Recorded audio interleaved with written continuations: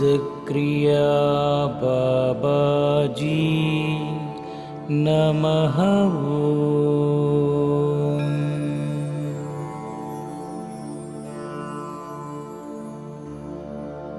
ॐ सिद्धक्रिया बाबाजी नमः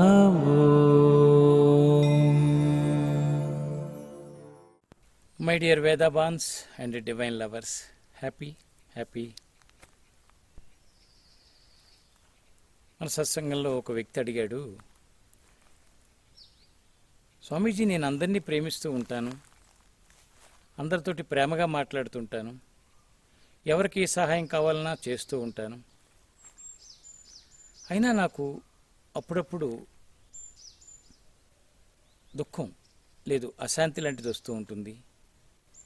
మంచి చేస్తున్నా కూడా మరి మంచి చేస్తున్నప్పుడు దైవం కానీ మరొకటి కానీ మనకి సహాయం చేస్తుంది అంటారు. ఇతర వ్యక్తులు మరి ఆ మంచికి మంచే చేయాలి, ఒక్కొక్కసారి వాళ్ళు వ్యతిరేకం అవుతారు, వాళ్ళు నా మంచిని గుర్తించరు అంటూ ఉంటాడు. ఎస్ ఎస్ ఎస్ ఎస్ ఇలాంటివి ఎదురవుతూ ఉంటాయి. Yes natural. ఇక్కడ అతను చెప్పేదాని ప్రకారం చూస్తే తను అనుకుంటున్నాడు ఇక్కడ ఎలా ఉంటుందంటే మన స్థితి అవతల వాళ్ళ స్థితి. మన స్థితిలో మనం ఒక భావన చేసుకుని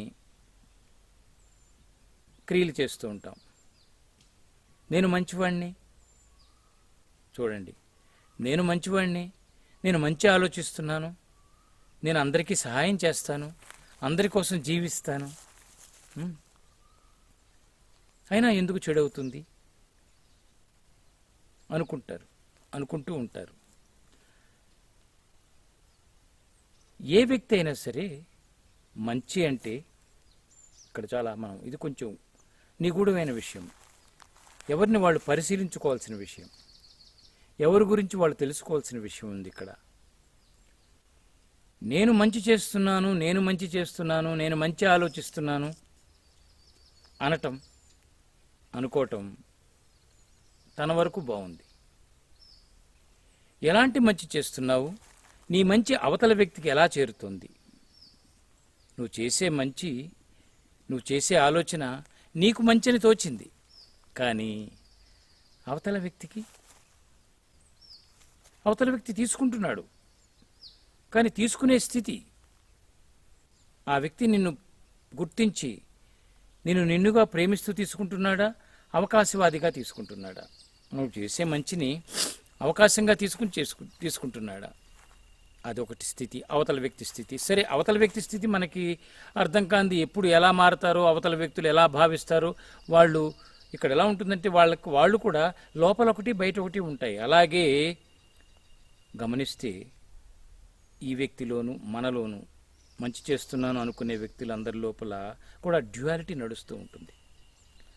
పైకి మంచే జరుగుతోంది అనిపిస్తుంది, లోపల ఏ భావంతో చేస్తున్నావు, ఇక్కడ అది ముఖ్యం. ఏ భావంతో?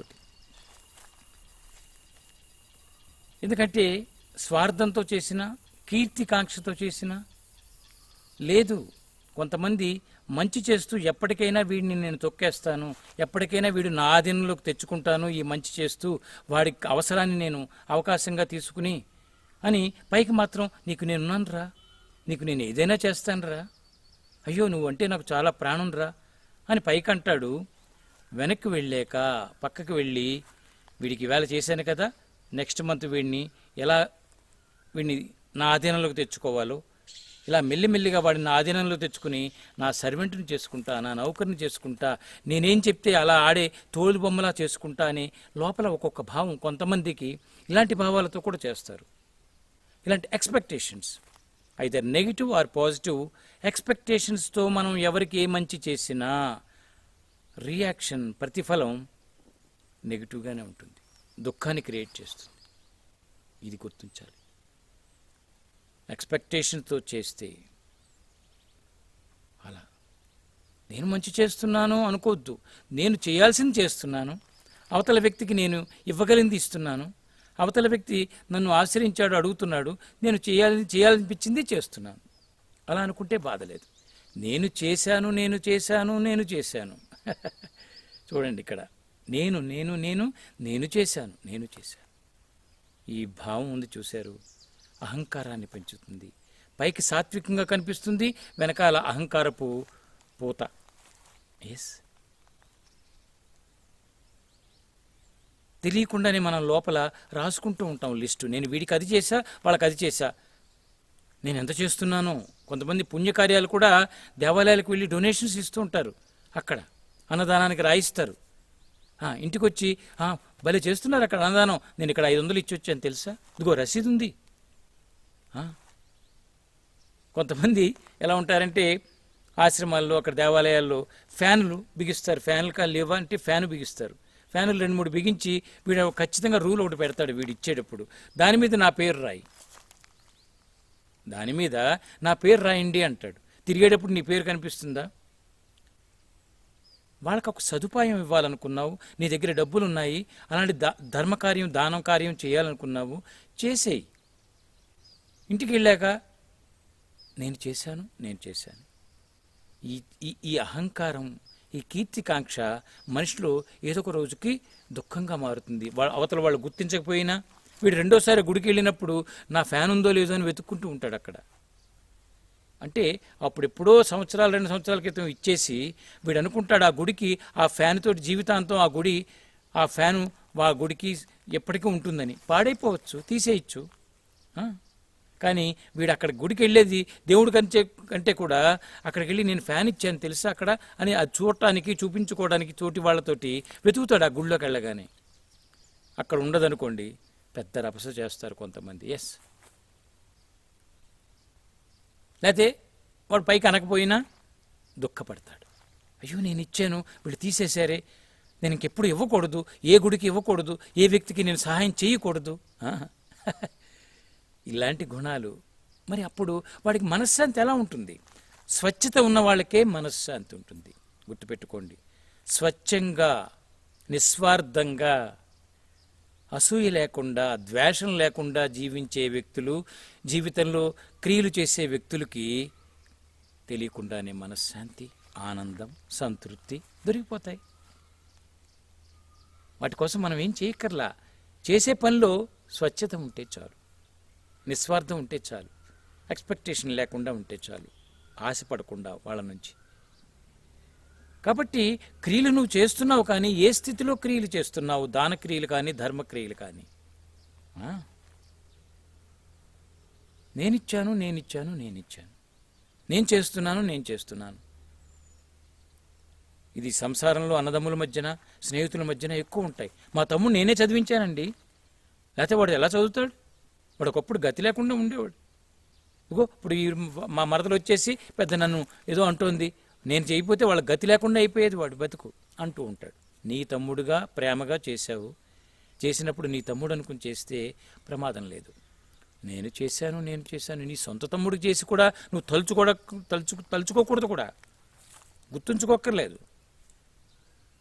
ఇలాగ మనం మనవాళ్ళైనా బయట వాళ్ళైనా ఎక్కడైనా సంస్థలకైనా ఏదైనా మనం మంచి చేస్తున్నాం అనుకుంటే లోపల ఎటువంటి స్వార్థం కానీ కీర్తికాంక్ష కానీ మెచ్చుకోవాలని కానీ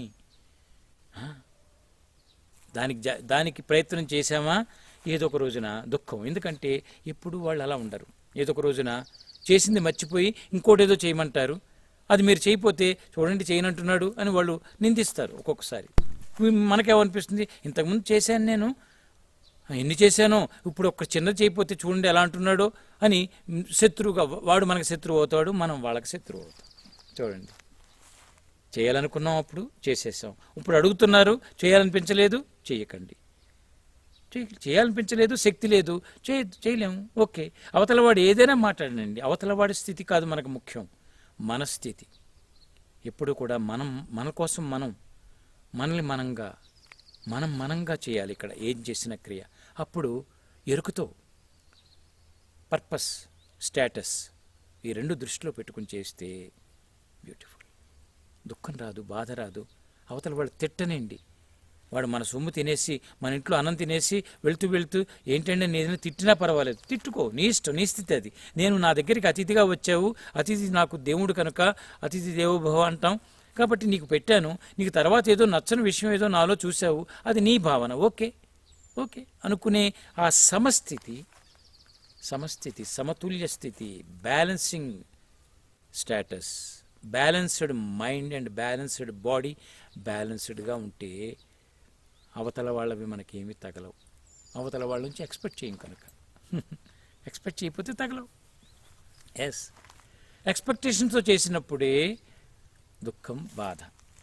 కాబట్టి మంచి అన్నప్పుడు నువ్వు మంచిగా ఉండి చెయ్యి.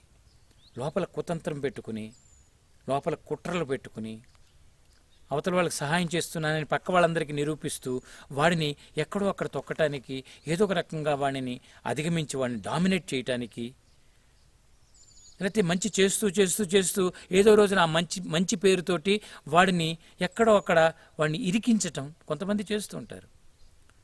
అవి తీసుకునేవాడేమో అమాయకంగా ఎంత మంచివాడో అనుకుంటూ ఉంటే మెల్లిమెల్లిగా 100 రూపాయలు ఇచ్చి, 200 ఇచ్చి, 300 ఇచ్చి ఒక రోజున వాడికున్న 10,000 రూపాయల ఆస్తిని మెల్లిగా, ఒరే నాకు చిన్న సహాయం కావాలరా అని వీడికి అవసరం లేకపోయినా వాడిని మంచిగా గెలిచి ఒక రోజున వాడి ఆస్తిని ఏదో ఒక దాన్ని, లేదా కారు ఒకసారి ఇరాని పట్టుకెళ్ళిపోయి ఏదో చేసేసి, నీకు ఎన్నో చేశాను ఆ మాత్రం చేయలేవా అన్నట్టుగా డామినేట్ చేసి అవతల వాడిని వీళ్ళు హింసించడానికి ట్రై చేస్తారు కొంతమంది అలాంటి వాళ్ళు. సో అందుకనే అలాంటి వాళ్ళకి మనశ్శాంతి రాదు. మోసం చేసి సంపాదించినా, మోసం చేస్తూ లోపల ఏదో ఒక దుర్మార్గపు లక్షణాలు, భావాలు పెట్టుకుని ఎలాంటి కార్యాలు, మంచి కార్యాలంటూ చేసినా కూడా ఫలితాలు వేరుగా ఉంటాయి. ఏదో తాత్కాలికంగా గెలిచినట్టు గెలుస్తామేమో కానీ, తాత్కాలికంగా పేరు వస్తుందేమో కానీ, తాత్కాలికంగా చప్పట్లు కొడతారేమో కానీ, అక్కడ కాలం చాలా గొప్పగా బ్యాలెన్స్ చేసి నీ చర్యకి, నీ భావానికి తగ్గట్టుగా ప్రతిఫలం ఇస్తుంది. అక్కడే మనిషి దుఃఖంలో, సంఘర్షణలో పడతాడు. నేను మంచి చేస్తూనే ఉన్నాను, సంఘర్షణ ఏమిటంటే నువ్వు మంచిగా చేయలేదు, స్వార్థంగా చేశావు, అసూయపరుడుగా చేశావు. అది ఆ భావాలను జాగ్రత్తగా పెట్టుకుంటూ క్రియలు చేయాలి. అప్పుడిక మన క్రియకి ఫలితం ఎప్పుడు కూడా మంచికి మంచి, చెడుకు చెడు అనేసారు మన వాళ్ళు, సూత్రం చెప్పారు. కాబట్టి మనం పాజిటివ్గా చేయగలిగితే మంచి చేద్దాం, లేకపోతే కామ్గా ఉందాం. అంతేకాని మనం ఇటువంటి చెడు లక్షణాలు, చెడు భావాలు పెంచుకుని మంచి కార్యాలు చేయొద్దు. చక్కగా హాయిగా వెళ్ళండి. మీరుగా ఉండటమే గొప్ప మంచి. ఏదో చేస్తేనే మంచి కాదు. మీరు గౌరవంగా, ప్రేమగా ఉంటే అంతకంటా మంచి లేదు ఈ సొసైటీలో, సమాజంలో. ఏదో చేస్తేనే మంచి అనిపించుకుంటాం కాదు. మౌనంగా ఉన్నవాడంత గొప్ప శక్తి ఎవరికి ఉండదు. మౌనంగా ఉండి కూడా ప్రేమించవచ్చు, మౌనంగా ఉండి కూడా ఆశీర్వదించవచ్చు, మౌనంగా ఉండి కూడా సహాయం చేయొచ్చు. క్రియల ద్వారా కొంత, నిష్క్రియల ద్వారా కొంత. అలాగే మనం భావన ఇక్కడ ముఖ్యం. క్రియ చేసినా, నిష్క్రియ అయినా వెనక ఉన్న భావనే శక్తి అవుతుంది. Okay, all the best. Thank you. I love you. Happy.